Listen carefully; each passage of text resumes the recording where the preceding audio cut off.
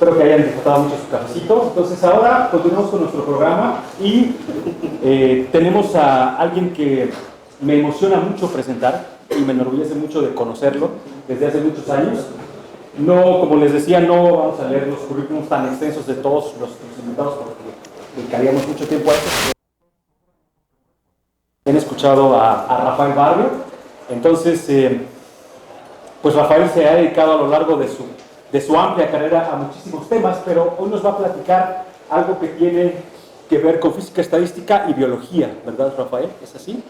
Entonces, pues van a escuchar una gran plática y qué bueno que ya están todos de regreso. Entonces, pues sin más, le doy la bienvenida a Rafael Barrio del Instituto de Física de la UNAM, un profesor muy destacado con intereses muy amplios en la física estadística, los sistemas complejos, la formación de opiniones, las aplicaciones a distintos campos. Y pues Rafael, muchísimas gracias por aceptar y bienvenido. Muchas gracias, Luis. Bueno, ya que Luis no me presenta, pues me voy a presentar yo.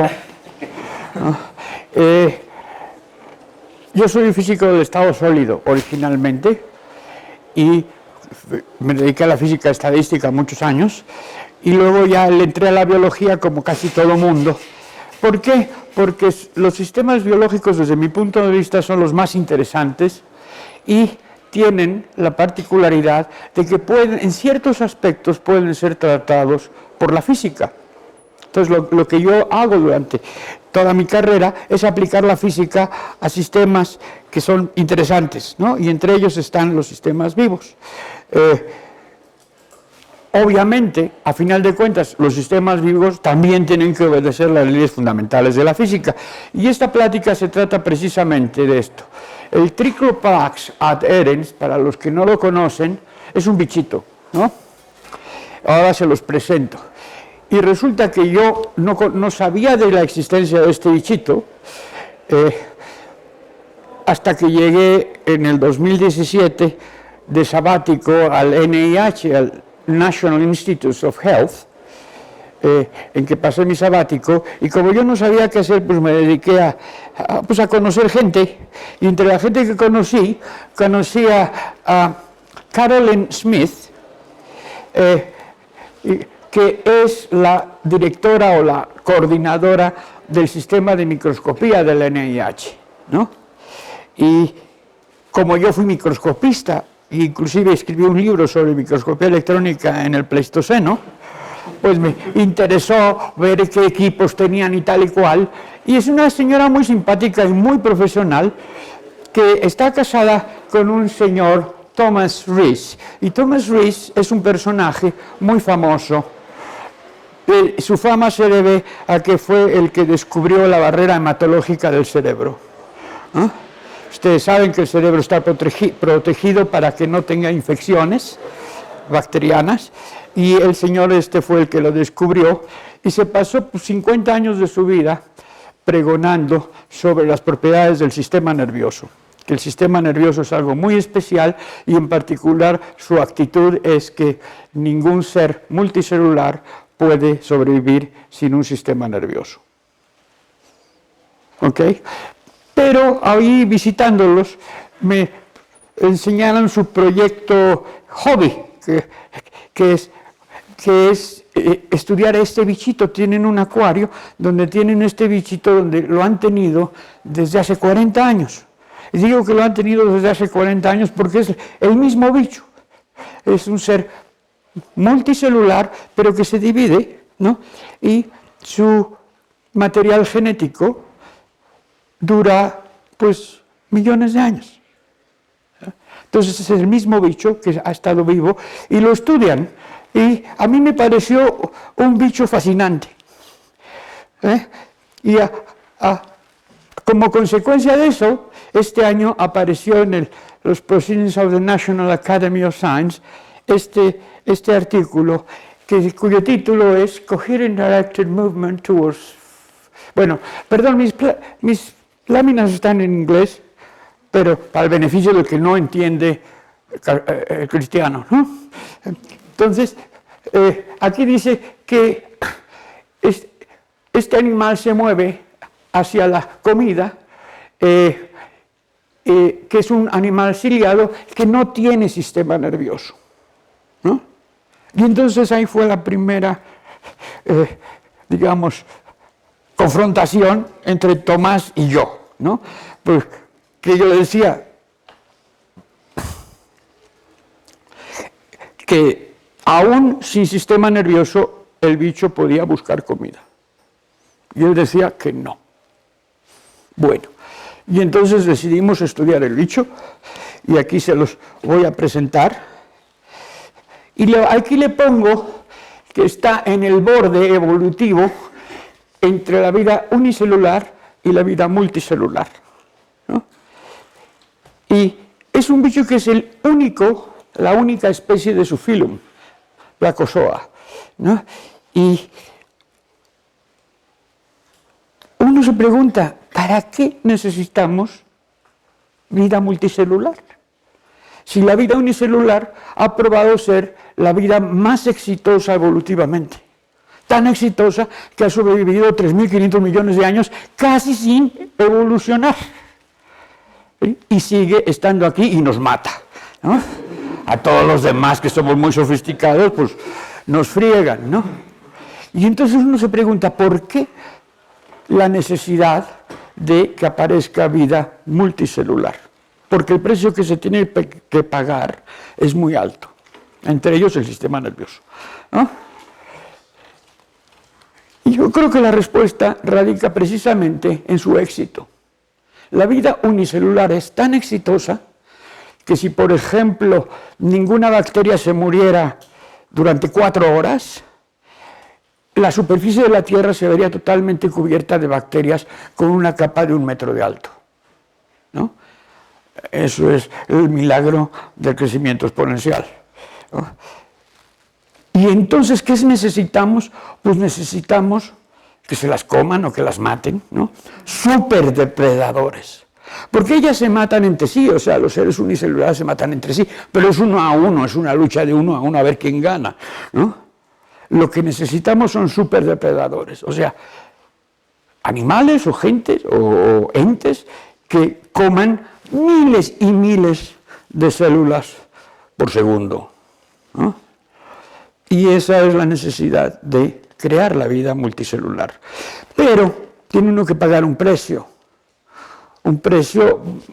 más bien 2 precios bastante grandes. Para organizar un conjunto de células y que hagan ciertas funciones, lo primero que necesita uno es la división del trabajo, ¿no? En una sociedad, pues tú te dedicas a barrer, tú te dedicas a escribir, etcétera, ¿no? Y entonces necesitamos mecanismos de diferenciación celular.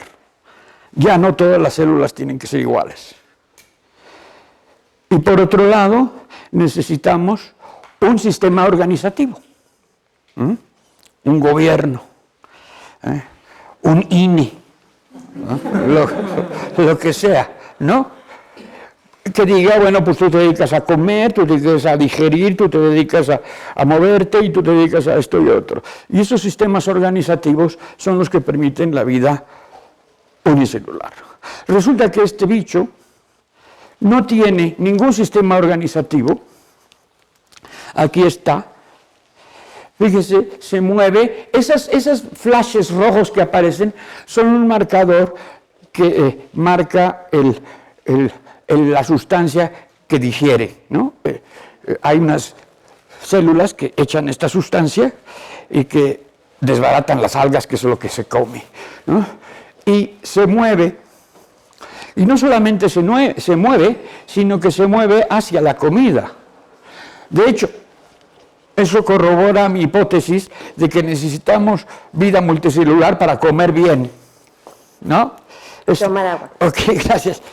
¿No? Entonces, la única razón por la que este bicho se mueve es buscar comida, ¿no? Entonces, siempre anda ahí buscando comida. Bueno, hay otro ejemplo en esta cima evolutiva de sistemas multicelulares, porque si se trata de comer, pues tenemos de 2 sopas, ¿eh? O yo me muevo y busco la comida donde está, o no me muevo y espero que la comida venga, ¿no? Y ejemplos de esos tenemos en el reino animal, ¿no? Este es el ejemplo de buscar comida y el ejemplo de quedarse quieto son las esponjas, ¿no? Y fíjense que la morfología y la topología del bicho o de las células aglomeradas cambia dependiendo de la... Por ejemplo, las esponjas tienen una gran superficie, porque es a través de la superficie que comen, ¿no? Y como pues ahí es al azar que me llegue la comida, bueno, pues tengo que aprovechar hasta la última migaja, ¿no? Pero este bicho empezó con la estrategia de buscar comida y seguimos, casi todos los bichos que seguimos tenemos esa estrategia, ¿no? Buscamos la comida, vamos al súper, ¿no?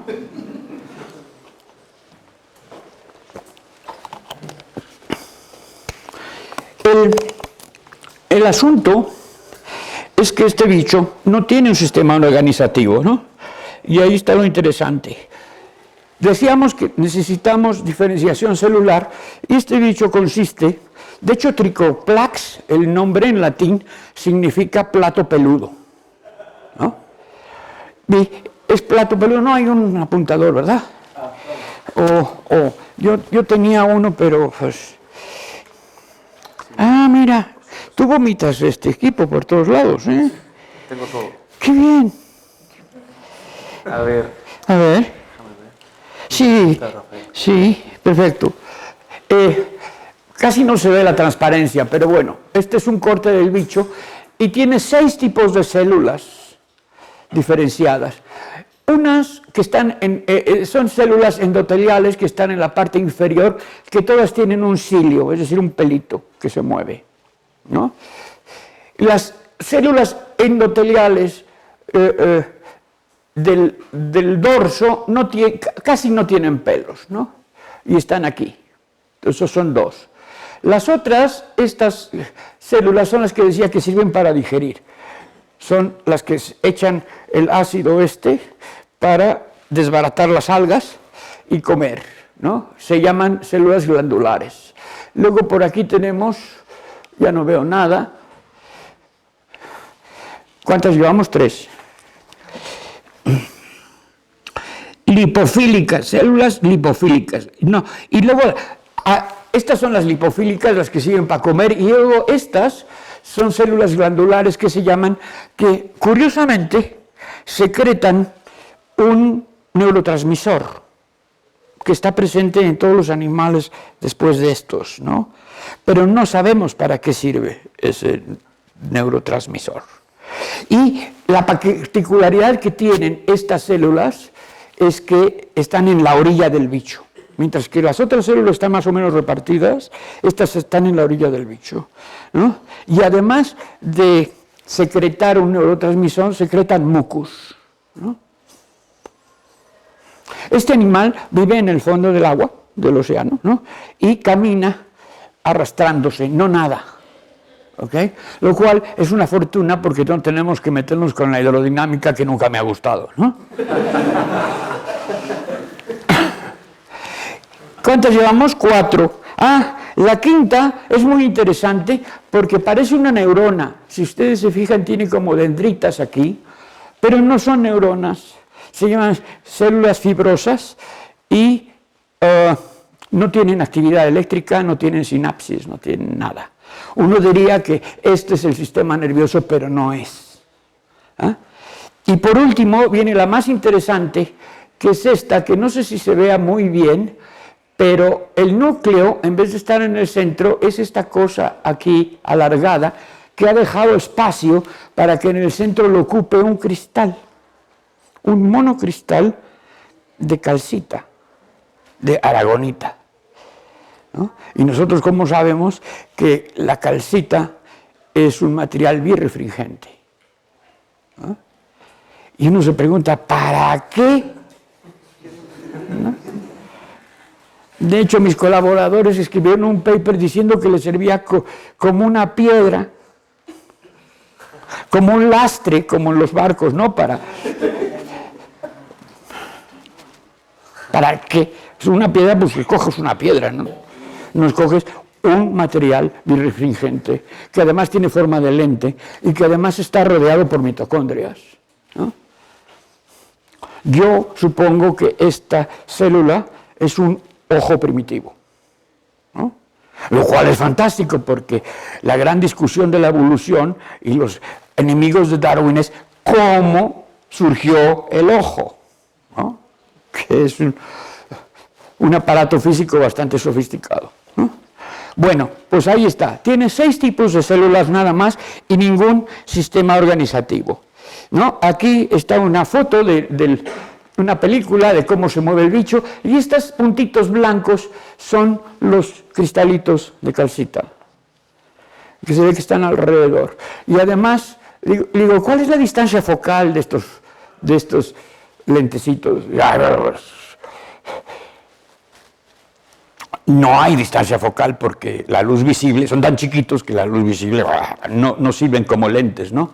Bueno, y en el ultravioleta, entonces lo calculamos, y en el ultravioleta la distancia focal es más o menos 1 milímetro, que es más o menos el diámetro de este bicho. Y están en la orilla. Entonces, por ahí, si a ustedes tienen una idea de para qué sirven estas células, por favor díganmela, ¿no? Bueno, el asunto que más me interesó fueron estos pelitos, que aquí los vemos cómo se están moviendo, y si ustedes estudian pelito por pelito, lo que descubren es que se mueven al azar. Uno diría, claro, le sirven como remos y esto permite que el bicho se mueva, pero no. Porque no están coordinados. Cada pelito se mueve a su aire.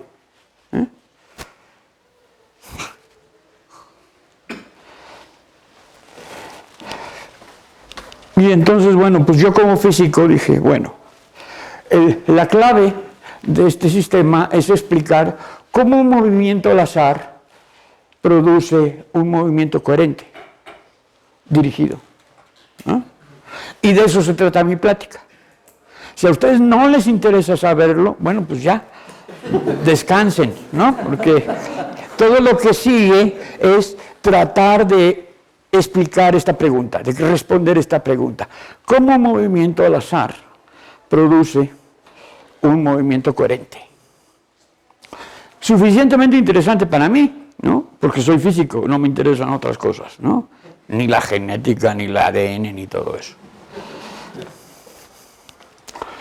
Y entonces me encontré con un amigo mío en una conferencia en Cuernavaca, Cristian Huepe, que es no sé si es peruano, chileno, de por ahí, ¿no? Y escribió una Physical Review Letter que precisamente estaba muy relacionada con mi problema, ¿no? Y lo que hizo fue un modelito muy simple. Esto es un oscilador armónico, ¿no? Perdón, es un resorte. Entonces lo que hace él es una malla de masitas con resorte y a cada masita le da un impulso al azar. Y esta Z es una distribución de un random number, un número al azar, ¿no? Y lo pone tanto radial como longitudinal. Aquí hay un ruido radial y un ruido angular. Y entonces él mide la coherencia como la suma de todos los vectores estos que están saliendo de allí. Entonces, si esta suma es 0, quiere decir que estos son al azar, entonces la coherencia es 0. Pero si esta suma es 1, ¿verdad?, porque lo está normalizando, entonces quiere decir que todos se mueven para el mismo lado. ¿De acuerdo? O sea, ustedes son físicos, ¿verdad? La mayoría. Entonces me entienden. No tengo que explicar más. Perfecto. Entonces sus resultados son un poco asombrosos, ¿no? Él hace simulaciones y vean, el color tiene que ver con este parámetro de coherencia y aquí hay un movimiento, aparece un movimiento rotacional, pero ellos demuestran que el movimiento rotacional no es estable, mientras que el movimiento traslacional sí es estable. Miren, poco a poco se van volviendo todos los puntos negros, que quiere decir que todos van para el mismo sitio, los vectores apuntan para el mismo sitio.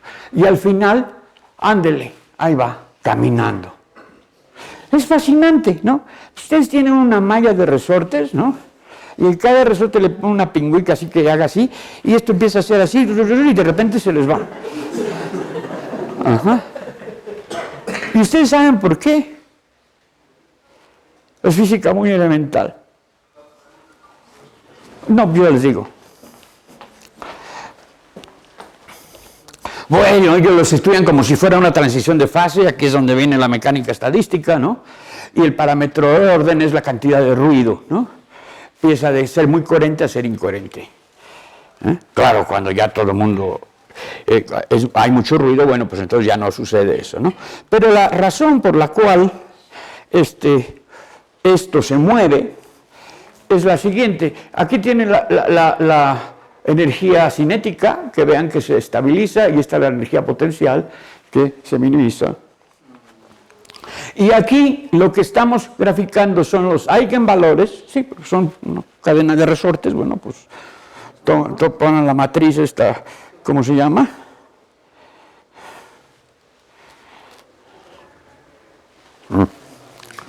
Pues la matriz, ¿no? La diagonalizan o encuentran sus eigenvalores y encuentran los modos normales de vibración del sistema, ¿no? Y aquí los modos normales tienen cierta frecuencia, aquí está la frecuencia, y esto es el tiempo, ¿no?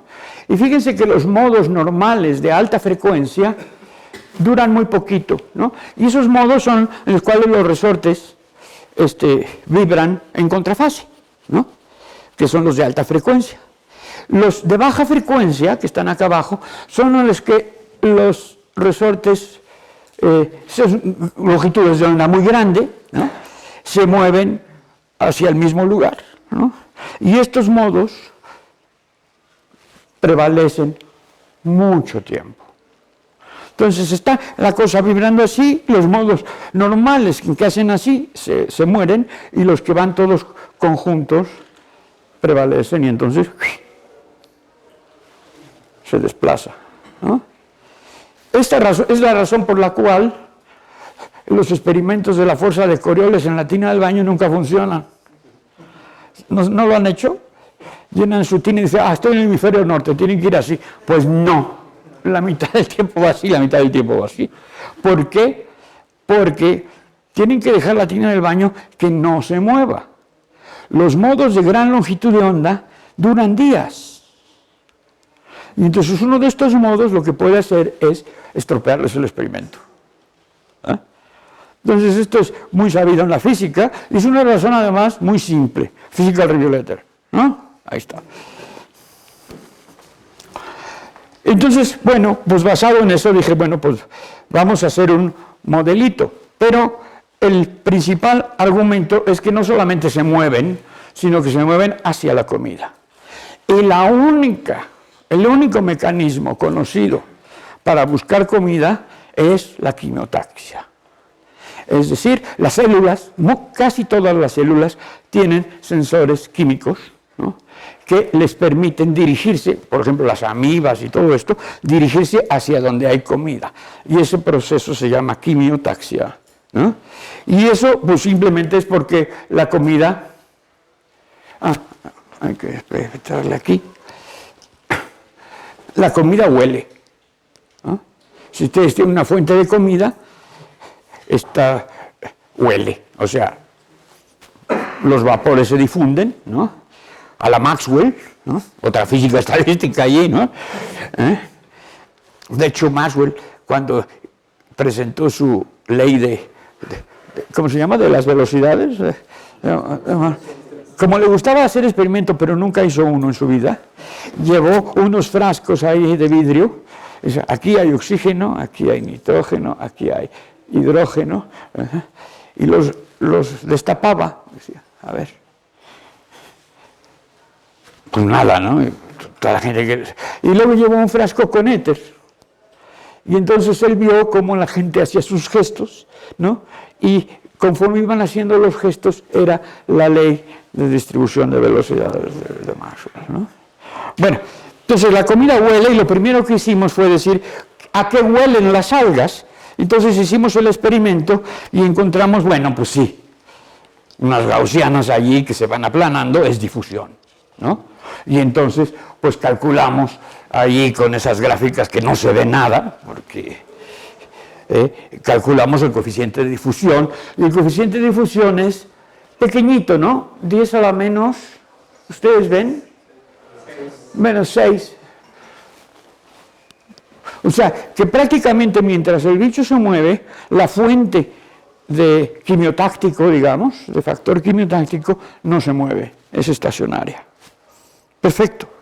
Entonces decimos, pues tenemos que hacer el experimento para demostrar que hay quimiotaxia, porque Caroline juraba, porque tiene 40 años trabajando en el bicho, que no hay quimiotaxia. Digo, es que si no hay quimiotaxia, no puede ser que encuentren la comida, porque al azar es muy difícil, ¿no? Entonces, hicieron el experimento, y no sé si esto funcione. Sí, ahí está funcionando. Estos son los bichitos. Fue difícil hacer el experimento porque teníamos que trasladar a los bichitos a un lugar donde no hubiera algas, ni en cantidades microscópicas, y poner una fuente de algas en algún sitio, ¿no? Y entonces, bueno, esta película está acelerada pues 10.000 veces porque los bichitos no se mueven así de rápido. Pero vean ustedes que conforme se corre la película, los bichitos se aglutinan alrededor de donde está el alga. Dirán ustedes, qué tontería, qué experimento. No, esto había que hacerlo para demostrar que los bichitos sí tienen un sentido quimiotáctico. O sea, no se mueven al azar, sino que se mueven dirigidos hacia donde está la comida. Miren, ya están casi todos rodeados ahí, rodeando el alga. Bueno, pues arrancamos.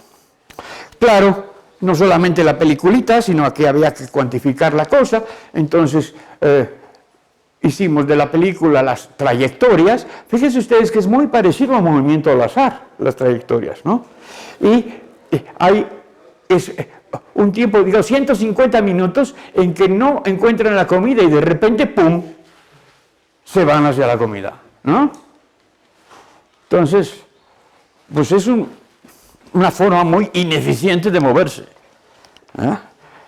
Digo, porque las amibas y las bacterias y esto, que también tienen quimiotaxia, se van derechitas, ¿no? Bueno, no es cierto, es lo que llaman run and tumble, ¿no? Run and tumble, pero esto no es run and tumble, estos van buscando y cuando encuentran, se clavan. Bueno, el modelo que nosotros hicimos, pues no es ningún misterio, ¿no? Nuestro modelo es la ley de Newton, punto. Classical mechanics, ¿no? O sea, la ley de Newton, en que la aceleración es proporcional a la fuerza externa y la cantidad cinética o dinámica más importante es la velocidad, ¿no? Que es la derivada de la posición con respecto al tiempo, y los cambios en la velocidad pues son la fuerza, ¿eh? Y eso es todo. Ya no les tengo que explicar más. Hay veces que la fuerza puede ser representada como el gradiente de una energía potencial, ¿no? De una función escalar, una función potencial. Y hay veces que no. Depende. Entonces, pues si hay veces que sí, hay veces que no, bueno, nos centramos nuestra atención en la velocidad, ¿no? Y la velocidad como función del tiempo va a tener 4 componentes, al menos, ¿sí? Que obedecen a distintos procesos de tracción del bicho, ¿no? El primero es el movimiento de los cilios, que es un movimiento al azar, ¿sí? Ya en eso quedamos. El segundo, bueno, aquí tiene que haber quimiotaxia a fuerza, si no, no encontramos la comida. Y aquí tiene que haber fuerzas elásticas, porque en estos bichos las células no se deslizan unas con otras, como en el discostellum, ¿no? En que también hay un movimiento coherente, pero es como babosa y las células se van acomodando. En estos hay uniones proteicas muy firmes entre las células y las células no se desplazan, están amarradas. ¿Ya? Entonces, si una quiere irse para allá, pues jala a las otras. Entonces, tiene que haber fuerzas elásticas, ¿no? Si yo me quiero mover para allá, bueno, pues tengo que tomar en cuenta que la otra se tiene que mover para allá también, ¿no? Entonces, aquí hay un código de color.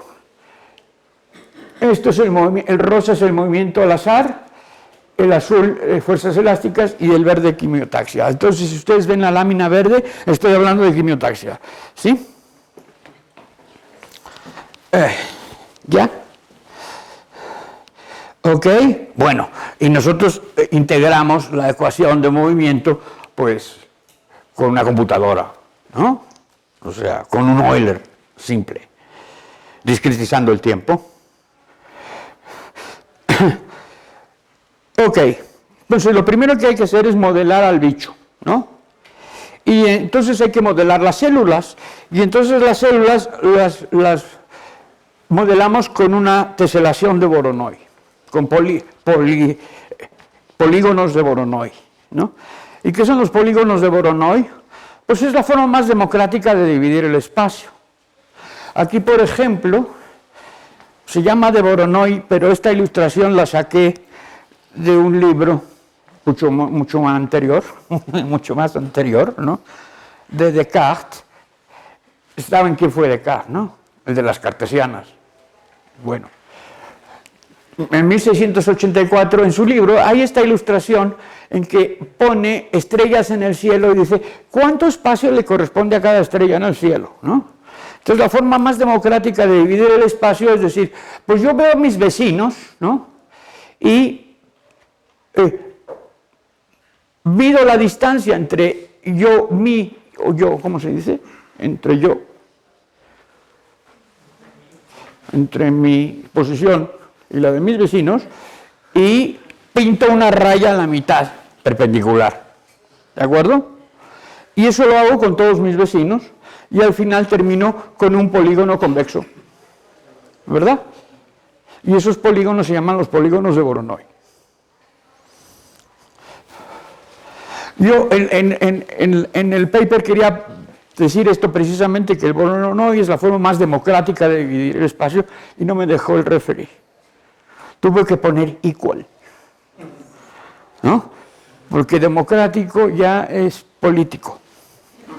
Ya no se puede hablar de eso. Y entonces, bueno, pues eso lo hicimos, y entonces, bueno, en un círculo pusimos puntos al azar y los dejamos que se relajaran con un potencial y obtuvimos el bicho. Este es nuestro modelo de bicho. ¿Ah?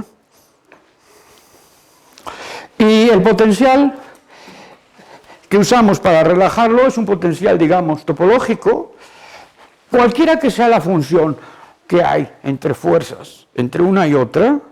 Si ustedes hacen un desarrollo de Taylor y suponen que hay un punto de equilibrio, el primer término diferente de cero es el segundo, ¿no? Entonces es un potencial armónico.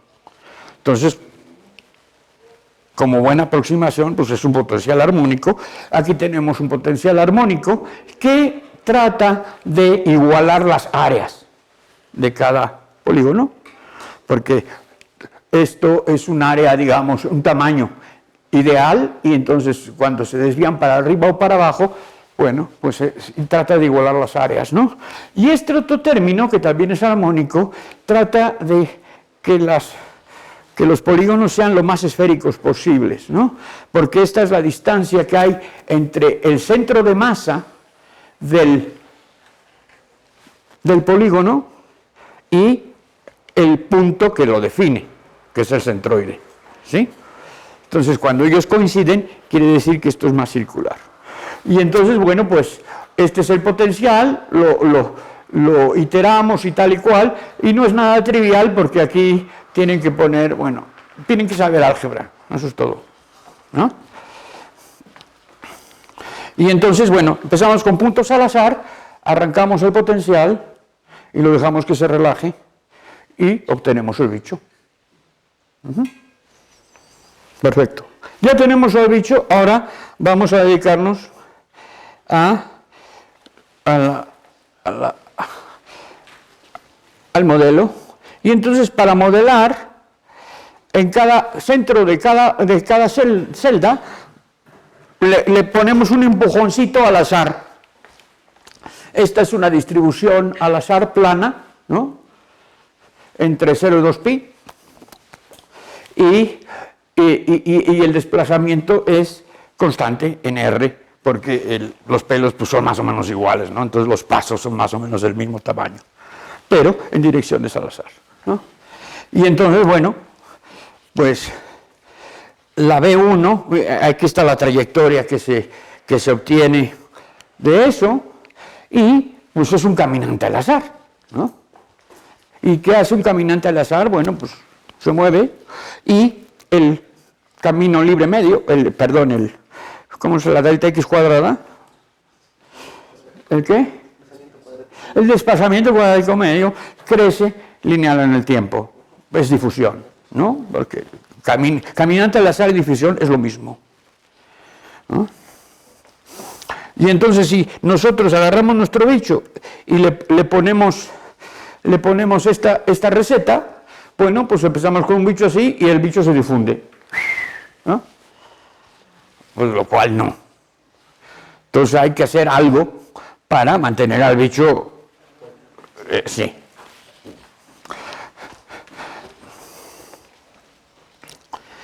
Entonces, en español no sé cómo decirlo, pero en inglés sí, hold the buck together, ¿no?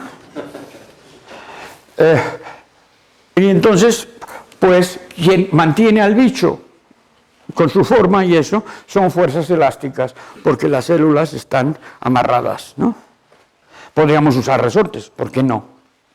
Pero hay varias fuentes de fuerzas elásticas y los candidatos son que lo que yo les decía, las juntas, los pegotes, ¿no?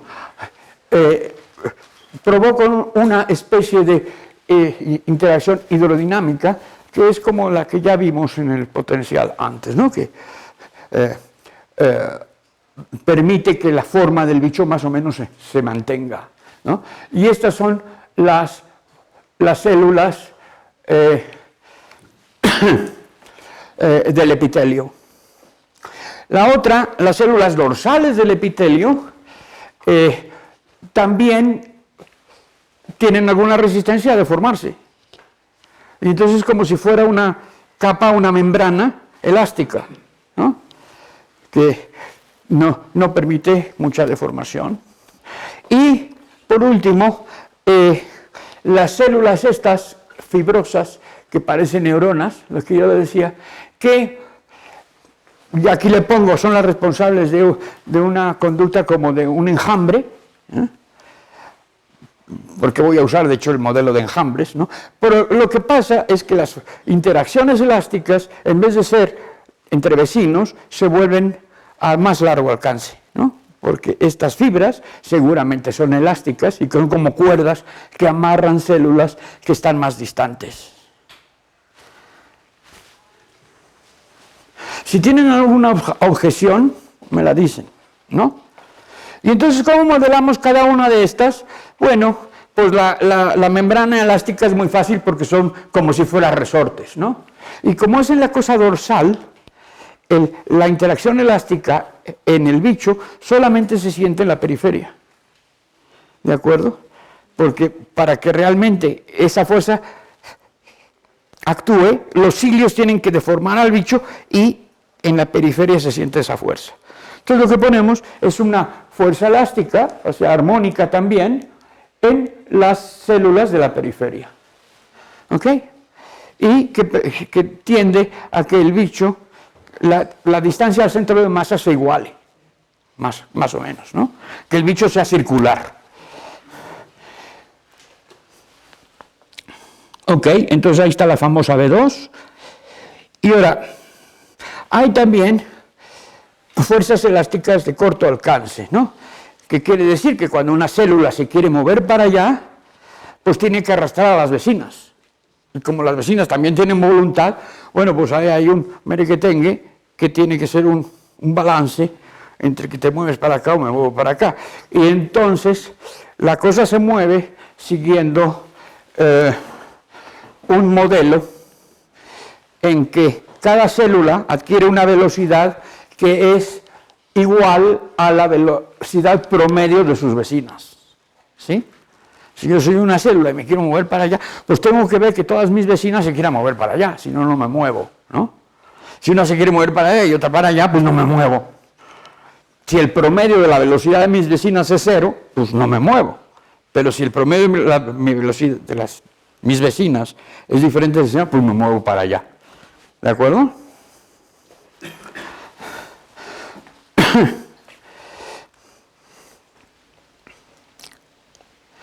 Pero debido a las células fibrosas, esta interacción entre el promedio de los vecinos se extiende a no solamente los primeros vecinos, sino a células más allá. ¿De acuerdo? Y eso es lo que se llama el modelo de Bicek, que es el usado para simular estas parvadas de pájaros y de murciélagos, ¿no? Que llega el halcón y hacen así, y bueno, ¿no? Que es un ejemplo de un sistema que tampoco tiene sistema nervioso. Bueno, sí, hay muchos, ¿no? Pero no actúan coherentemente, sino actúan a través de interacciones de largo alcance, ¿no? Cada pajarito ve a sus vecinos y que se van moviendo para allá, pues me muevo para allá, ¿sí? Con la misma velocidad que ellos. Y este es el modelo de Bicek, que es igualito al que yo les presenté, excepto que la vecindad en la cual se hace este promedio es más grande, tiene un radio D. ¿De acuerdo? Y eso es lo que se llama swarm behavior o conducta de enjambre. Ahora hay que modelar la quimiotaxia, entonces lo que hacemos es ponemos las algas con alguna distribución gaussiana en algún sitio, con una fuente en algún sitio, ¿no? Y esto va a provocar que haya un gradiente, digamos, quimiotáctico, que es sentido por las células. La quimiotaxia es una cosa que no se ha modelado muy bien, pero aquí tenemos nuestras gaussianas, esta es la vista tridimensional y esta es una vista bidimensional en que la escala de colores es proporcional a la concentración, ¿no? Y el modelo, vamos, canónico para tratar la quimiotaxia, el más simple se llama el modelo de Kegel-Segel, ¿no? Y pues es un sistema de reacción-difusión bastante complicado, no lineal, y que hay muchas sorpresas allí, ¿no? Pero afortunadamente nosotros podemos sacar la constante de difusión fuera del gradiente y tenemos el laplaciano, con lo cual tenemos un sistema conservativo y a final de cuentas tenemos una ecuación de difusión. Y lo podemos hacer porque durante el tiempo que el bicho se mueve, el perfil, digamos, de concentraciones de las algas no cambia, porque el constante de difusión es muy pequeñita, ¿no? Entonces, gracias a eso, el modelo de Kegel-Segel lo puedo simplificar a un modelo de flujo, ¿no? O sea, lo único que pasa es que la velocidad es simplemente el gradiente de esta función, ¿no? Es un flujo.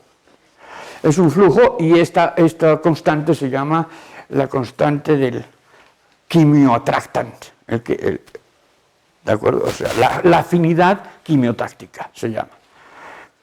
Y bueno, así de simple. Entonces, ¿qué hacemos? Tenemos ya nuestra función, le sacamos el gradiente y sacamos la velocidad. Simplemente absorbemos las constantes, estas, en otra constante que la puedo poner a mi gusto, ¿no? No, a mi gusto no, la tengo que ajustar para que el bicho se mueva a la velocidad que realmente se mueve, ¿no? Pero bueno, ya tenemos la expresión para la velocidad quimiotáctica. ¿De acuerdo? Híjole, vamos a ir más rápido. Bueno, lo que nos falta es ahora, ya tenemos las cuestiones elásticas, el bicho, la quimiotaxis, y ahora nos falta modelar cómo come. Y fíjense que cómo come, cuando come se para el bicho, se detiene y alrededor de donde está la comida hay como una lavadora que se mueve así, ¿no? ¡Qué cosa!, ¿no?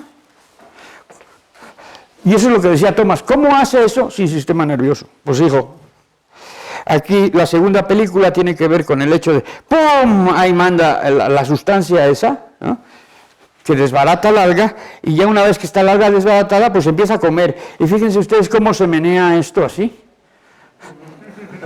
¿no? Y ese menearse es para que todas las células puedan comer, o qué sé yo, ¿no? Bueno, cuando vimos esto, digo, bueno, pues esto yo no lo modelo, porque ya, pues sí, ya implicaría más química, más biología, más cosas, ¿no?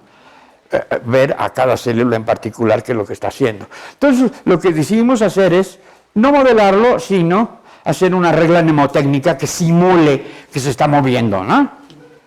Entonces, lo que hacemos es, no modelamos, sino que simplemente damos una recetita, un algoritmo, que dice, agárrate un punto que sea el que está comiendo, pues el centro de masa, ¿no? Fíjate si ya llegó a una distancia bastante aproximada a la comida, y cuando llega, entonces, menéate, ¿no? Párate todo, los ciclos y todo se paran, y se empieza a consumir la comida. Es decir, la gaussiana empieza a desaparecer, y cuando desaparece, pues, a otra cosa, ¿no? Y sigue moviéndose. Bueno, pues eso no es parte del modelo. ¿Cómo come? Pues quién sabe. Y entonces, bueno, pues lo que hacemos es, pues calculamos eso, pues gracias a que hay computadoras, podemos poner la ecuación dinámica más difícil que sea, no lineal, lo que sea, no local, ¿eh? Y me vale, porque la itero numéricamente, ¿no? Y ahí están los parámetros, que a lo mejor no les interesan, pero a lo mejor sí, y el resultado es este.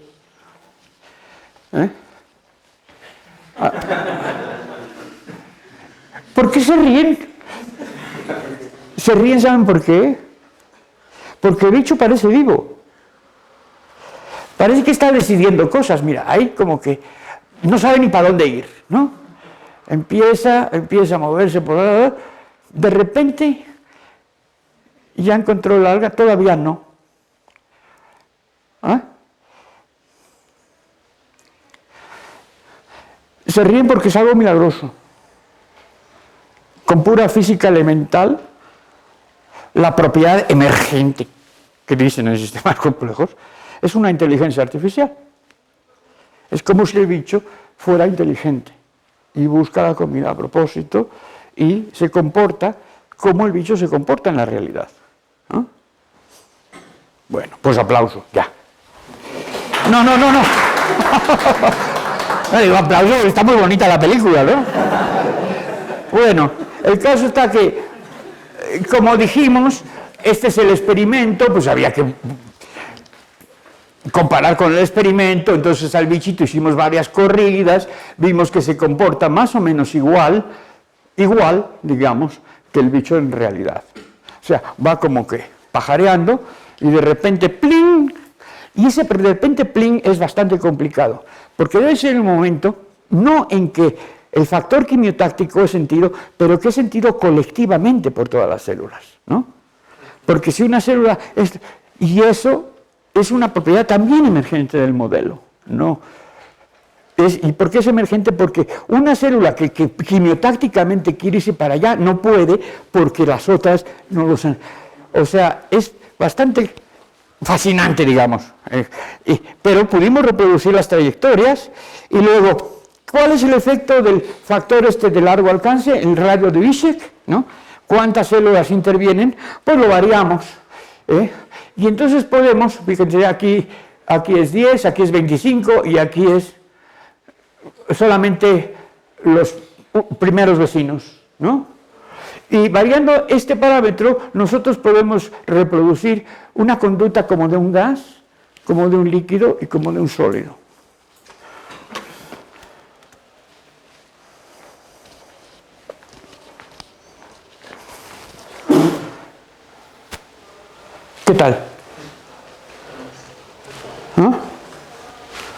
Perdón. O sea, fíjense la importancia de las interacciones de largo alcance. Y nadie sabía para qué servían estas neuronas o estas células, y sirven como para darle un, ¿cómo se dice? Scaffolding, un andamiaje, y amarrar células para que se sientan unas a otras a gran distancia, ¿no? Entonces, ahí está. Bueno, esto es, digamos, por esta gráfica fue por la que nos aceptaron el paper, sí, ¿no? Porque aquí vemos en rojo está el experimento y en azul está la teoría. Y entonces vemos que la distribución de probabilidad se puede ajustar para todas las trayectorias con una función gamma, que tiene dos parámetros, alfa y beta, ¿no? Y los dos parámetros alfa y beta son los mismos para todas las trayectorias. O sea que eso ya habla de que el modelo cuantitativamente no solamente se ve bonito, ¿no? Y aquí está la probabilidad acumulada para ambos casos, con chorro de corridas y chorros de experimentos. Bueno, chorros no, por los que hubo. Bueno, aquí está el efecto del factor quimiotáctico, que es como se puede predecir que cuanto más grande es, la distribución pasa de ser una gaussiana, en el caso de que sea cero, o sea, que es un movimiento al azar, a una distribución de Poisson, que es cuando está dirigida, ¿no? Y, bueno, esto también es un scatter plot de cómo se mueven, que esto se puede ver en la otra lámina, pero cuando están cerca, entonces hay una especie como de aceleración del bicho hacia el alga, ¿no? Mientras que cuando están lejos, pues el bicho anda al azar completamente, ¿no? Esto también son 800.000, bueno, no tantos, pero algunos experimentos y cálculos. El efecto de la temperatura. Entonces, lo que quisimos ver es cuál era el efecto de cambiar las constantes elásticas. Y una forma de hacerlo es cambiar la temperatura, ¿no? Y entonces pusimos al bicho, bueno, no puede uno variar mucho la temperatura porque se muere, ¿no? Pero de 8 grados a 8 grados sí, y a 20 grados, ¿no? Y vemos que cuando está frío el bicho, el factor, ¿cómo se llama? El de reforma, que es simplemente la razón entre el perímetro que tiene el bicho con el perímetro de un círculo del radio promedio, ¿sí? Entonces, cuando el factor es 1, pues el bicho es circular, y cuando el factor es pequeñito, pues el bicho está alargado, ¿eh? Entonces, cuando está frío, el bicho está más circular y se mueve más lentamente. Esto es la velocidad, ¿sí? Aquí están los puntos de 8 grados, y cuando tenemos a temperatura ambiente lo tenemos menos circular, se menea, y se mueve más rápido, ¿no? Sí, hijo, estoy consciente, ¿no? Ahí está el pobre bicho muerto de frío, ¿no? Y ahí está la misma gráfica en la que hemos agregado los puntos, los asteriscos, que son los cálculos, ¿no? Cambiando las constantes elásticas. El resultado es muy parecido, que a ojo ya se podía ver, ¿no? Que el bicho se vuelve más circular, pero bueno. Luego viene la cuestión de la rotación. Si ustedes se fijan en las películas, los bichos no solamente se desplazan, sino rotan. Y ahí tenemos un problema porque los modos de rotación no son estables, ¿no? Pero ahí tenemos una idea. Hay estas células que están alrededor del bicho, que son las glandulares, que aparte de secretar un neurotransmisor, también secretan mucus. ¿Y qué pasa con el mucus? Pues lo evidente es que cambia el coeficiente de fricción entre el bicho y el suelo. ¿Ok? Lo puede aumentar o lo puede disminuir. O se puede resbalar o puede anclarse. Vamos a suponer que se ancla, y entonces, pues anclamos, si anclamos el perímetro del bicho, entonces aparece un movimiento circular. Lo que no sabemos, y por eso no somos biólogos, yo no soy biólogo, es cuándo lo decide hacer, por qué lo hace, ¿no? Ahí están los cálculos, y aquí está, digamos, el cálculo de una cadena lineal de resortes, como la de mi amigo Huepe, en que el modo que a final de cuentas persiste, que es el de gran longitud de onda, es un modo rotacional. ¿Sí? Pero para eso necesitas una cadena lineal. Entonces necesitas el mucus que te ancle a los siglos ahí para que el bicho pueda moverse. Bueno, pues eso es todo. Muchas gracias.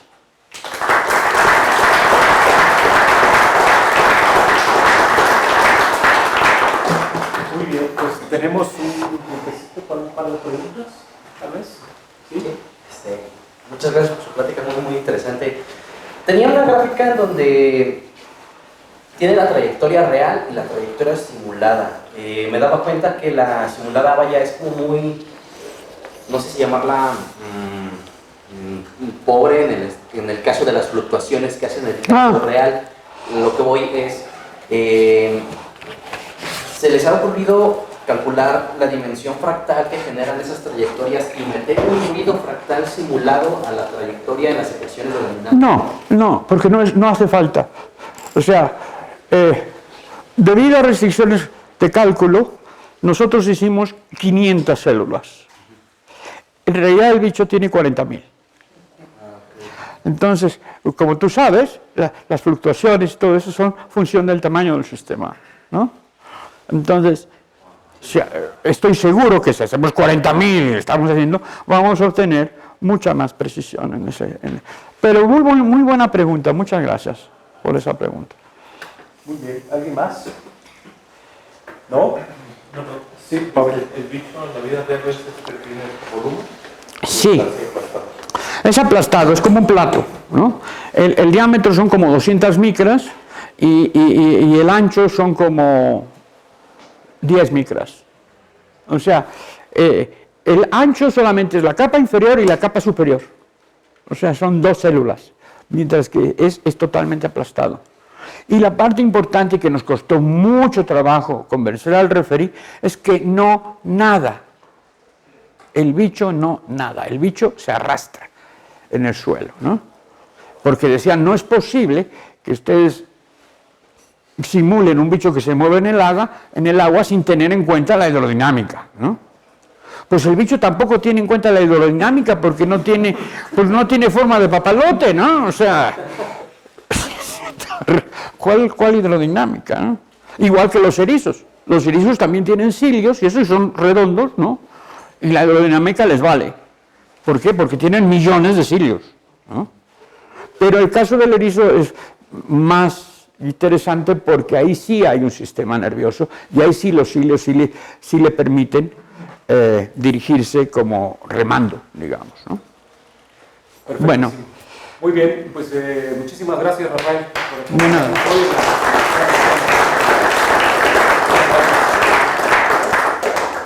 Muy bien, chicos, pues a continuación tenemos ya nuestro